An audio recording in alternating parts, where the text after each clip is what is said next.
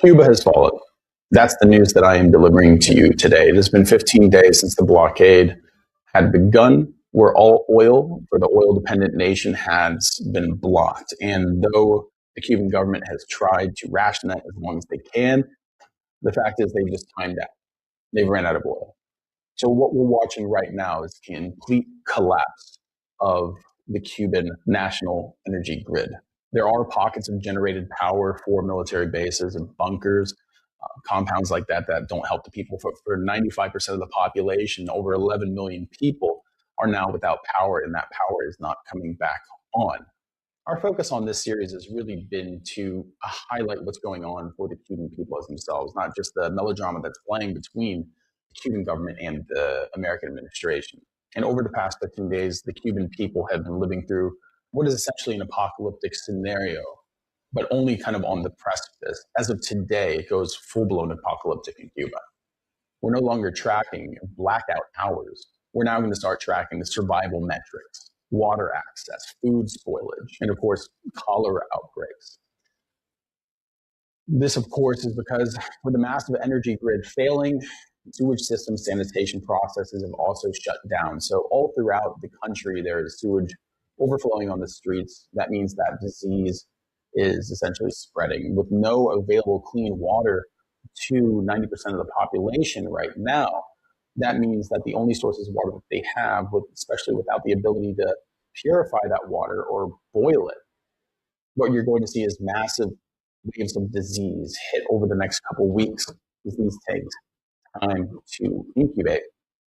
It's going to run through the population of 11 million people in a country 90 miles south of Florida.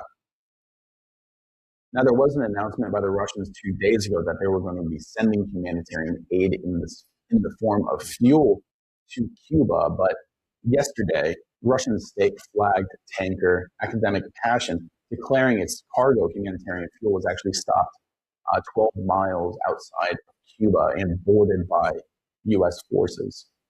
So as far as anyone breaking the blockade, it looks like there is a kinetic stalemate that's happening right now. But what does that tell the Cuban people is that there's no help coming. There's no oil coming. But because yesterday of a massive fire in the most important oil refinery in Havana, even if oil did come in at this point, say a negotiation was made between the Trump administration and the Castro government in Cuba, the fact is there'd be no way to process any kind of oil. So there's nothing that the people of Cuba can do right now. They've been reliant on a failing infrastructure for too long. And now that it's shut down and the only way to process oil for fuel, at least the fuel that people use, there's no way out of this. There's no way out of this. It's funny to hear how he describes the conditions in Cuba right now. I'm Cuban American. I grew up here. My family immigrated from Cuba. A lot of these issues, a lot of the wounds that we're feeling today in Cuba are self-inflicted. But I need you to understand that this is the circle of life.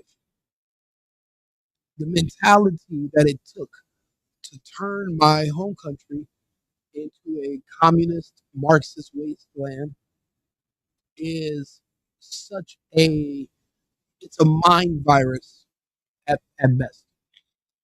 That type of mentality, you can vote your way into it, not vote your way out of it. It's something that has to die. But once that mentality dies, once the reinforcing government apparatus dies, once the enforcement put around it where they've dug in and they've accepted this mentality and this way of life in Cuba, this communist bullshit, it all must die. The administration, the people, they must be replaced with fresh new people. People don't understand why we hate communists, why we left Cuba. The reason we hate communists is because communists love the state. They don't want to be humans. They want to be slaves.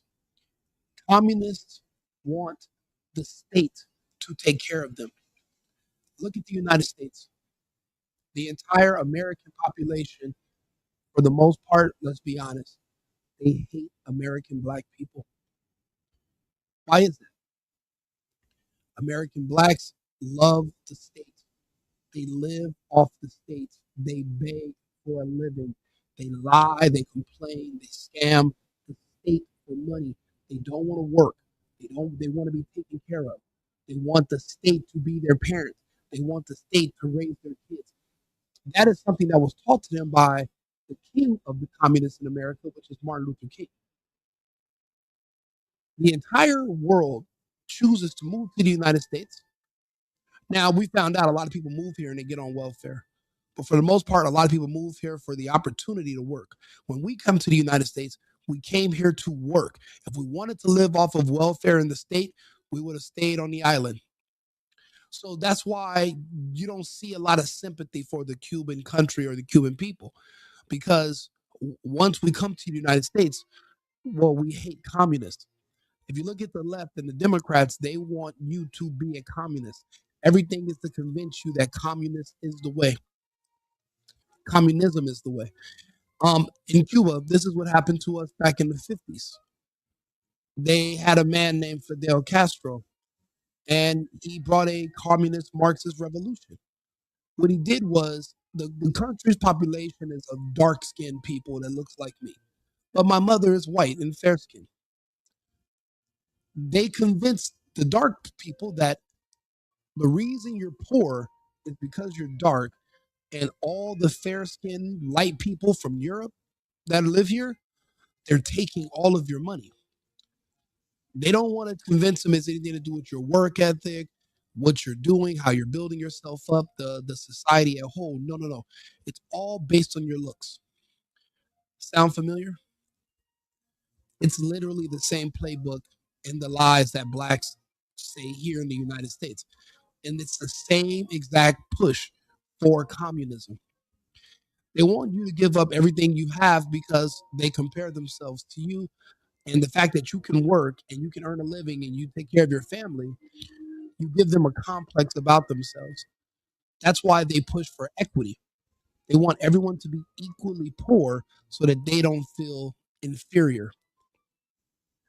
The problem is when darker people move here from Africa or other Caribbean nations and we work and we have families and well then all your excuses of racism they go out of the window and then people kind of see through them and they say I think you're full of shit because these people from Madagascar and Mozambique and Nigeria, they come here, they become doctors, dentists, they don't even speak the language. So how are they running laps around you native born blacks who are Americans, who have citizenship, speak the language, but here you are talking about racism and oppression 60, 70, 100 years after Jim Crow or whatever stories of the fake slavery. The reason we don't like these people here in the States is because they remind us of what we got away from. They use those same tactics in Cuba. They told the people that the cure to racism is communism. So what they did was they used the darker skinned people to start a revolt and to push fair skinned, light skinned, white looking Cubans out of the country. And what they did after that was they just dug in. They dug in and they solidified a mentality around communism based on your color, and they drove the country into hell for almost 100 years now, 80 years plus. The Bay of Pigs in the 60s, but it started before then. It started when before Celia Cruz even became a big musician. It was in the 40s and the 50s when the country was a prosperous nation. We're so close to the United States adjacent. It was a booming metropolis. It was damn near a suburb of Florida where all the people with money would go to get away. We had an economy. And the communists came and they took over the means of production. They stole everything. And all they had to do was get you to fight for them by making it based on your insecurities about your color. We're fighting black communists in the United States right now, every single day. And all they want to do is tell you about their color and, oh, I'm black, I'm black, I'm black. And it's just the same playbook, but it's old. Jesse Jackson's dead now. He told them that they're Africans. Never been to Africa, don't speak an African language. There's literally people that migrate here from Africa. Those are actual African Americans. Elon Musk is a fucking African American. But you got these other people that have already been here, speak the language, never been anywhere else. They're convinced otherwise. I say this to say that mentality doesn't change. It has to die. And unfortunately, the people who push it the strongest, they have to die along with it. There are younger people who are going to be smarter, who are going to be free thinking, who do not want to be slaves. They're going to have to replace those who die. This is natural. There is no, oh, we're going to come in, we're going to save the country. Save the country, unfortunately, has to die to be born again. That mentality of communism, of being a slave and to love your slavery and to embrace your slavery because you think that slavery is actually an escape from racism. And they're trying to convince you that here in the United States, they would rather be they'd rather you look at them as a black than a person. And they want, and that's all it came down to back in Cuba too. That was it. That was it. And we lost everything. Everything. People are, oh, he's like, oh, it's apocalyptic. To an average American, it's been apocalyptic for 30, 40 years now. We're always teetering on the verge of having new diseases, trash, waste. You think it's a well managed and run country with an embargo for 60 years? And if we didn't have the embargo, then what? Then they'd be smuggling in weapons and then trying to attack the U.S. It wouldn't be any different.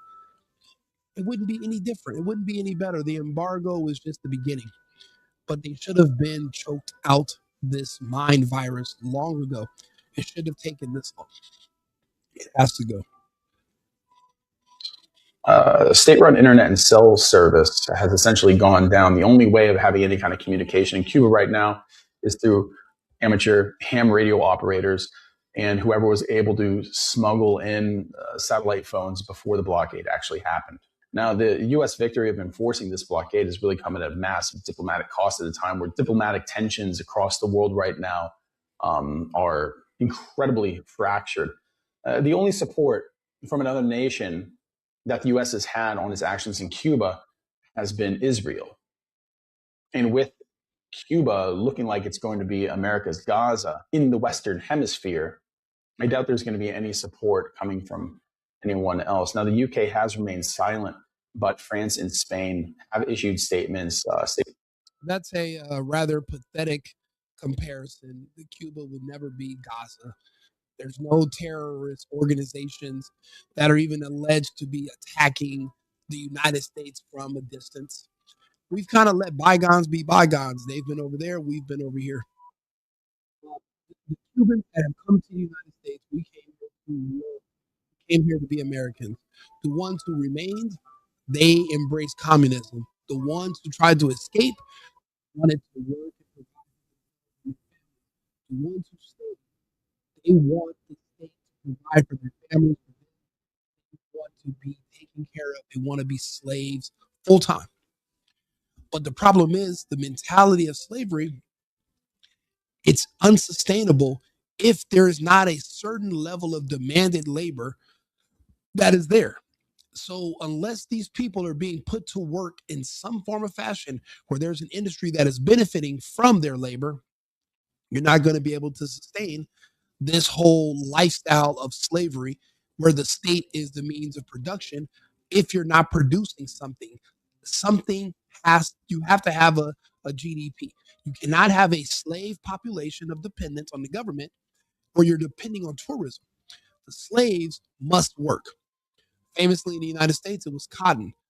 And in islands, we had sugar cane, we had plantains. There were fruit. It was goods that were harvested with the labor of the slaves. Right now, unless you're going to have to put the entire remaining communist population to work, allowing people to just live indefinitely where everything's free. They don't have to pay rent. They don't have to pay bills. They don't have to pay electricity, and everyone gets a stipend every month. You get a coupon. You get to go to the store.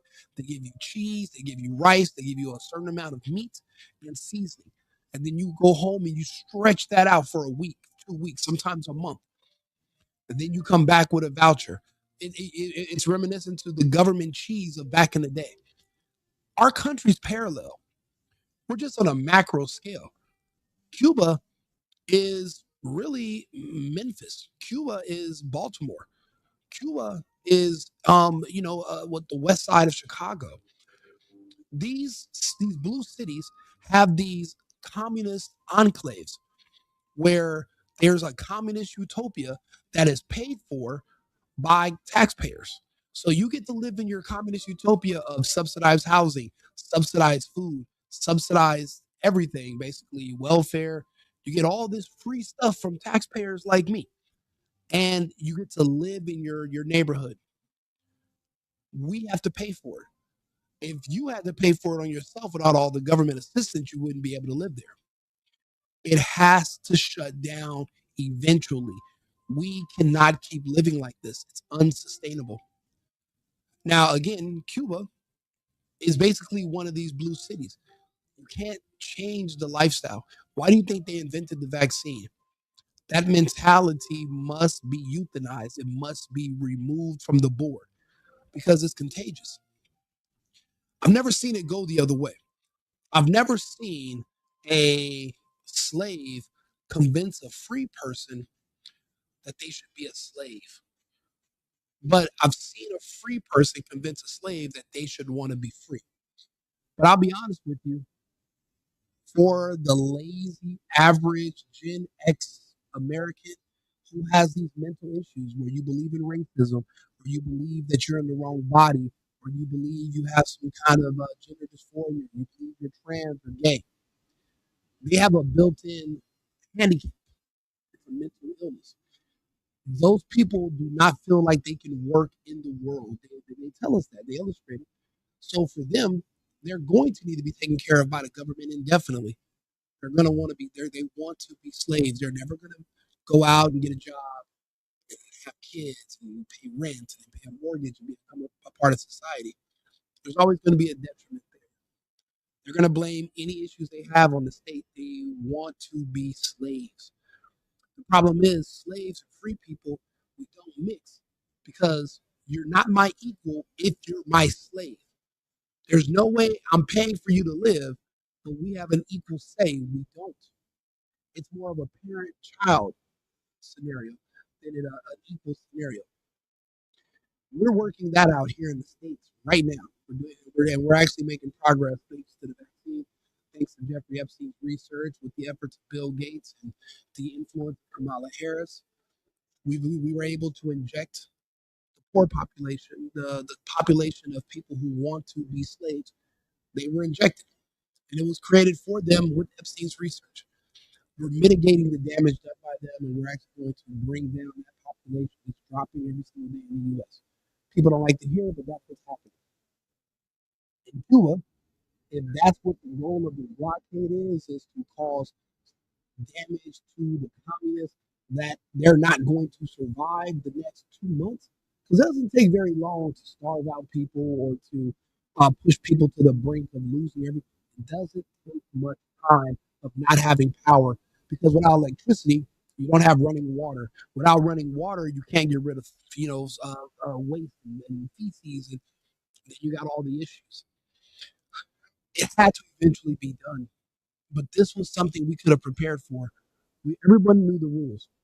Everything in this hemisphere belongs to the United States. There was no such thing as any country that can flirt with another major superpower here in the U.S. Everyone saw what happened to Venezuela. They made it very public. Mexico and Cuba are on the menu. The Cubans had time to prepare. You either failed to prepare, you prepared to fail, whatever it is.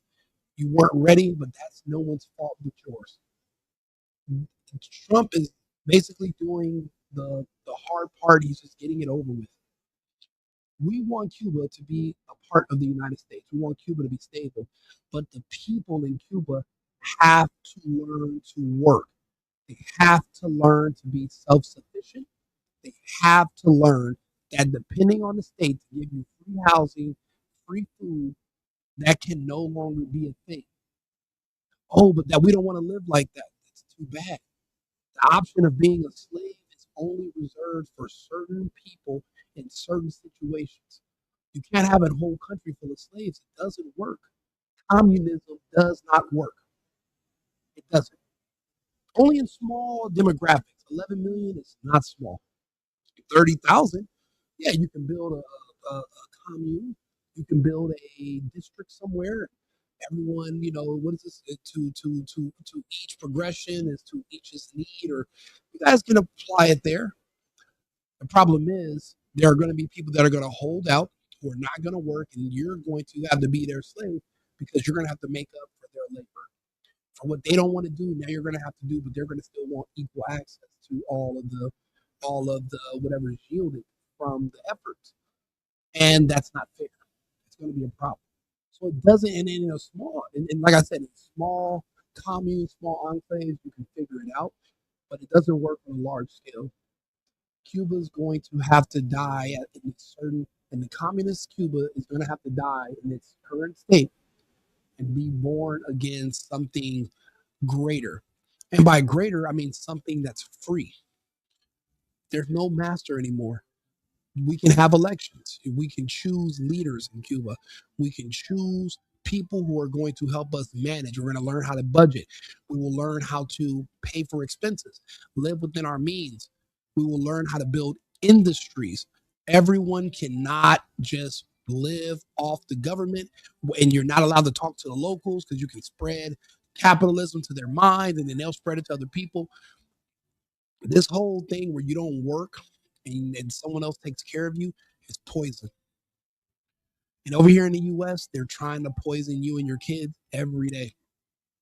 Now your kids are coming home and saying, well, we have all this money for war. Why can't the government just give us money every day? That's what the kids are asking their parents now. And we thought we got through that in the 50s, and it's making a resurgence. People want to be slaves at extreme rates here in the US because they don't understand what comes with it. What comes with that is we have to reduce the population. If you want to be a communist, we got to get rid of millions of you, millions for it to work. But you can sustain yourselves, learn to be independent, learn how to be free. And then we don't have to do that. And then you can live. But death is the only thing that communism has to offer. Why do you think Kamala Harris and Biden, why do you think at their campaign rallies, all they offered you was abortion? All they offered you was a killer vaccine for a virus that didn't exist. They Death is the only thing they can offer you. Nothing else. Hopefully, we're going to be able to choose freedom after this, and we'll have better new leaders, younger people that are going to step up. But the old ways of using racism as an excuse to be a lazy, those days are over in Cuba, and hopefully they're going to be ending here in the U.S. as well. Being a grave concern. But UN Security Council meeting is calling to condemn the U.S. actions because it's leading to a mass starvation of people. Now, be assured that if that's what this leads to, which it most assuredly will at this point, because even if you bring in food, there's no way to cook it. Even if you bring in oil, there's no way to process it. This would be the largest humanitarian crisis that is now happening here in living history on the Western Hemisphere. And it's caused by the American government, the American military, and the Western alliance is completely fracturing over the morality of this siege. So to summarize this all kind of on day 15, the countdown is officially over. The national energy grid is down. The island of Cuba has gone dark. The escape routes are closed, and the superpowers are in a kinetic standoff at sea. And the problem is, you cannot import Cuban people to a country unless you are going to make them your slaves and you're going to feed them and house them for free forever. In their current mindset right now, You cannot take the average communist Cuban and just repatriate them to another country. It never works. Why do you think we're all just huddled in Cuba, dark and dancing? Because there's nothing else that we can do. You're importing a liability. The only thing you can do for a Cuban that's dark in Cuba right now is bring them to the US, put them on welfare, put them on WIC, put them on Section 8, and let them just live out the rest of their days being cared for by the American tax dollar. We can't do that. We're going to have to stay in Cuba, and it's going to be a sink or swim scenario. If you don't work, you don't eat. That has been the way, that has been the number one mentality of a human since the beginning of time. If you don't work or produce, then you don't eat. And if you don't eat, you starve. As a person who is free, freedom has responsibility. It's up to you to also be able to feed your own kids and feed your own wife and to feed your own self. Not to be a dependent, not to be a slave of the state. That's why I said that mentality and people who think like that will have to die along with Cuba. And then something else can be born again, a new way of life. But those people who refuse to work and they just want to sit around all day, they hustle a little bit, they sell soda, they sell candy, just a little bit enough money to get by. That's not good enough. God did not give you the gift of life for you to just waste it on just withering away and relaxing. We must contribute. We should want more. That's why a lot of us left Cuba because we wanted to be able to determine how much we earn and what we can produce for ourselves. Everyone's not the same. Some people will work harder than others. Some people are willing to work longer. Some people are willing to work smarter. We're not all the same, but you're going to have to do something. Sitting around and expecting me to pay for you and your children is not a strategy. That's you scamming me. That's why the whole system in Cuba has to go. And the systems here in the US, they're being broken down every day. I've seen abuse and beautiful news. They said we no longer allowed to use EBT to buy candy, soda. You're ripping the communists to shreds because now they're going to have to earn money and work to afford the things they want. Independence is the key to the United States.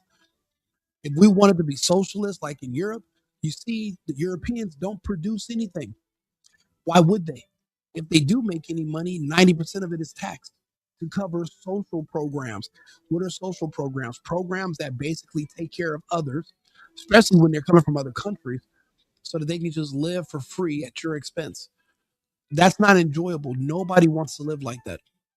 So that's why, again, the country has to die and then it can be rebuilt into something better. It can be reborn.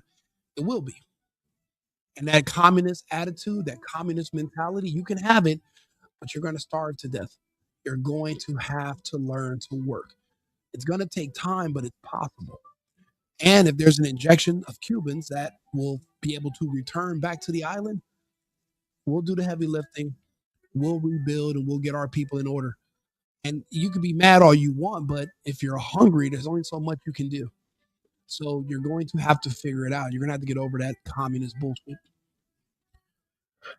This is not a good place for Cuban people to be. And there is essentially nothing going on American mainstream media when it comes to coverage of this. And I think that that's on purpose. It was easy to seal off Cuba. And it's easy to make sure that nothing's coming out of Cuba. And you are seeing videos all throughout Latin America, all throughout Central and South America about what's going on in Cuba. It's just not in America. You're seeing it in Canada, not in America. This is a media blackout that's being done by our mainstream media. The only voices that are talking about what's happening in Cuba to the Cuban people. They don't care about the government. I don't care about whether they're communist, anything like that. I care about people and the fact. And yeah, let's go ahead and correct that, sir. All people are not the same. You cannot care about communists because communists don't care about themselves. That's what we would call a fool's errand. If you are more concerned about certain people than they are about themselves, then you're wasting your time. Americans do not like conservatives or Republicans. The media is completely owned by the left and controlled by Democrats. Cubans come to this country to work. We hate communists.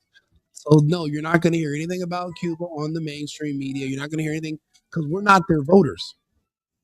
You can vote for them, Salvadorians, people from maybe Colombia. No, actually, no. Colombians aren't even communists and Democrats. Maybe some people from El Salvador or Honduras or Guatemala. But no, the rest of Latin America is the only thing that's going to be left in Latin America is going to be people who despise the communists and they're not going to promote helping them or what's going on in their country. Besides, we wouldn't leave our countries if we could work and make money in our countries. A lot of but for the most part, a lot of Spanish people we do come here to take advantage of the social services and be slaves. We want to be taken care of by governments, free stuff, free benefits. All we got to do is vote for you illegally. That's fine. That's a good trade.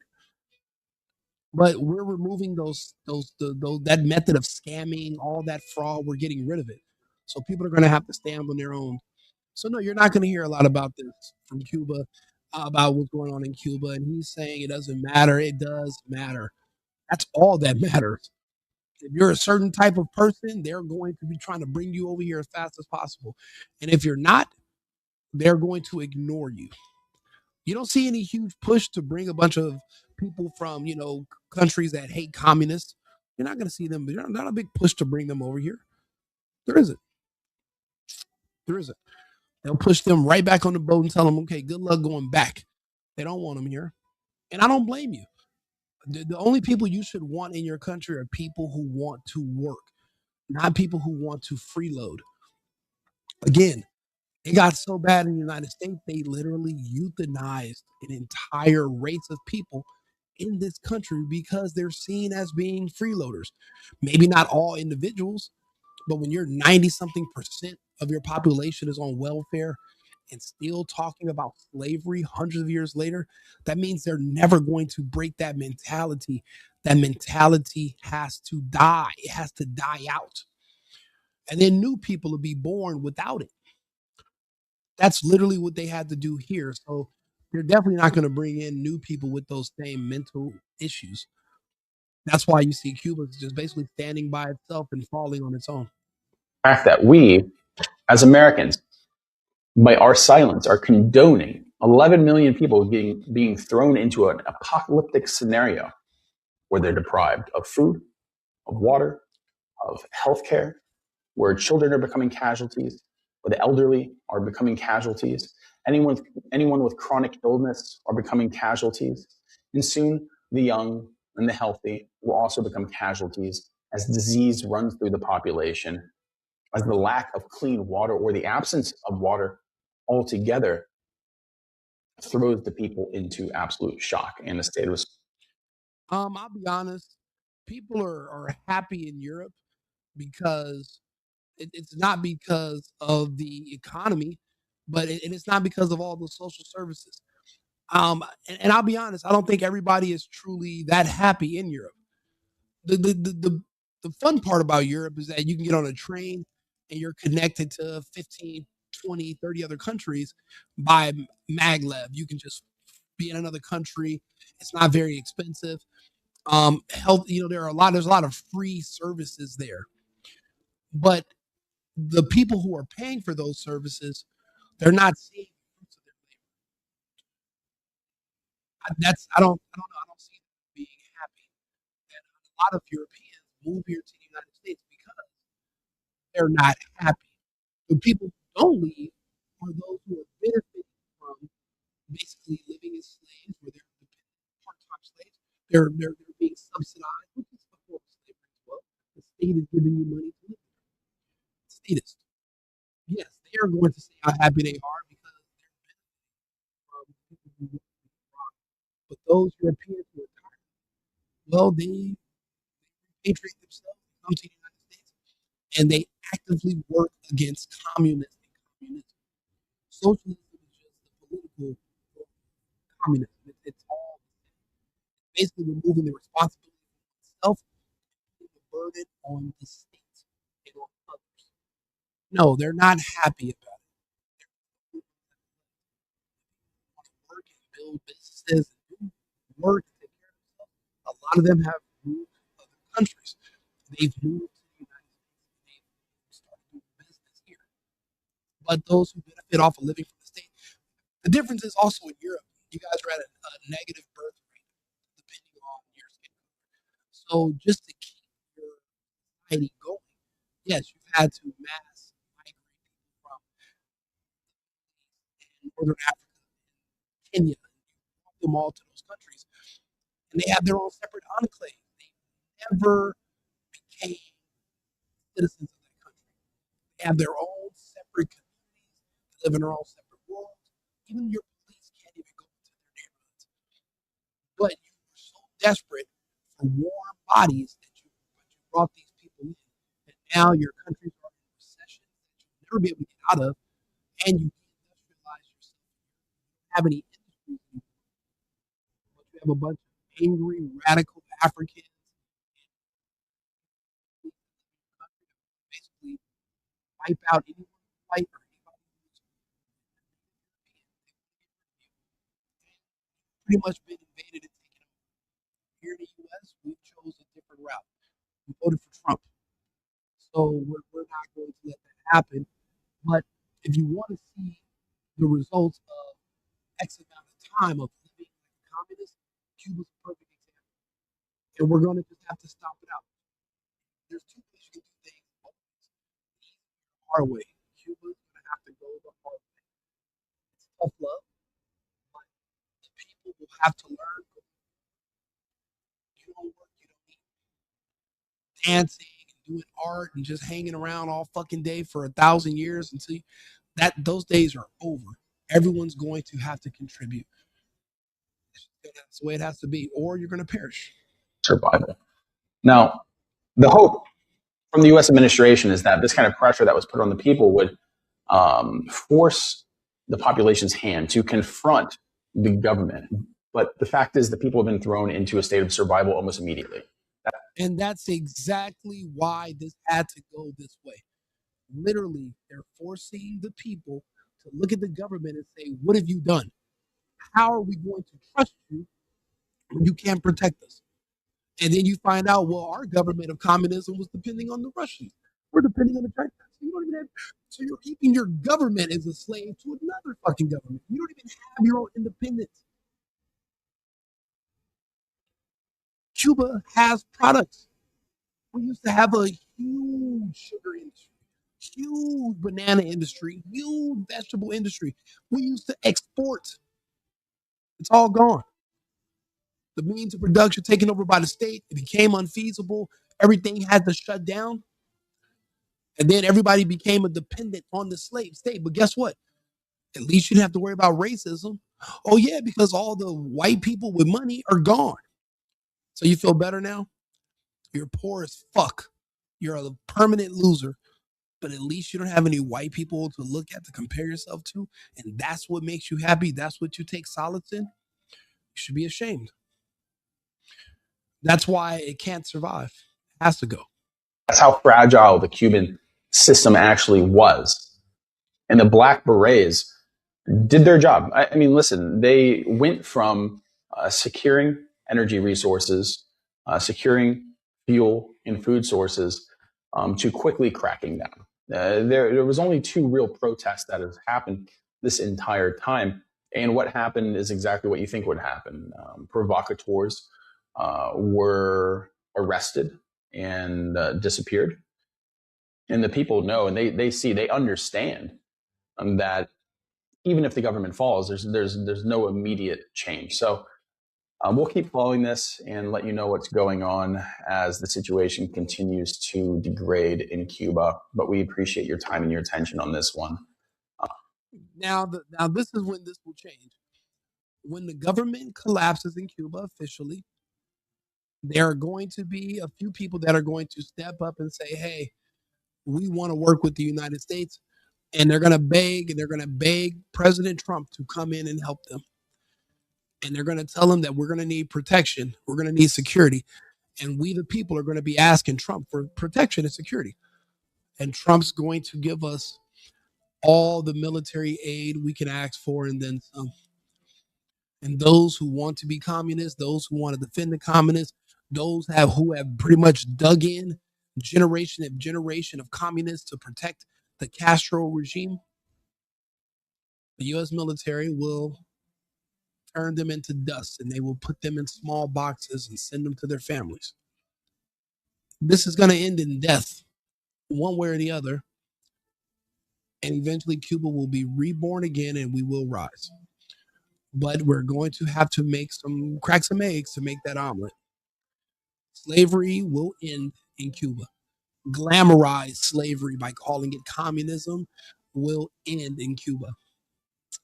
Cuba will be a country that will be a vassal of the United States, will be influenced by the United States, but hopefully we'll have a constitution and we'll have certain things that will protect us from ever falling back under communism. But we're too close to the United States for them to pretend that they can just leave us to ourselves like they did before. If anything, we would be lucky if they turn us into a Puerto Rico. Like and subscribe, share the video. I'll be back on with some more opinions in about 20 minutes. Remember, it's America first and America only.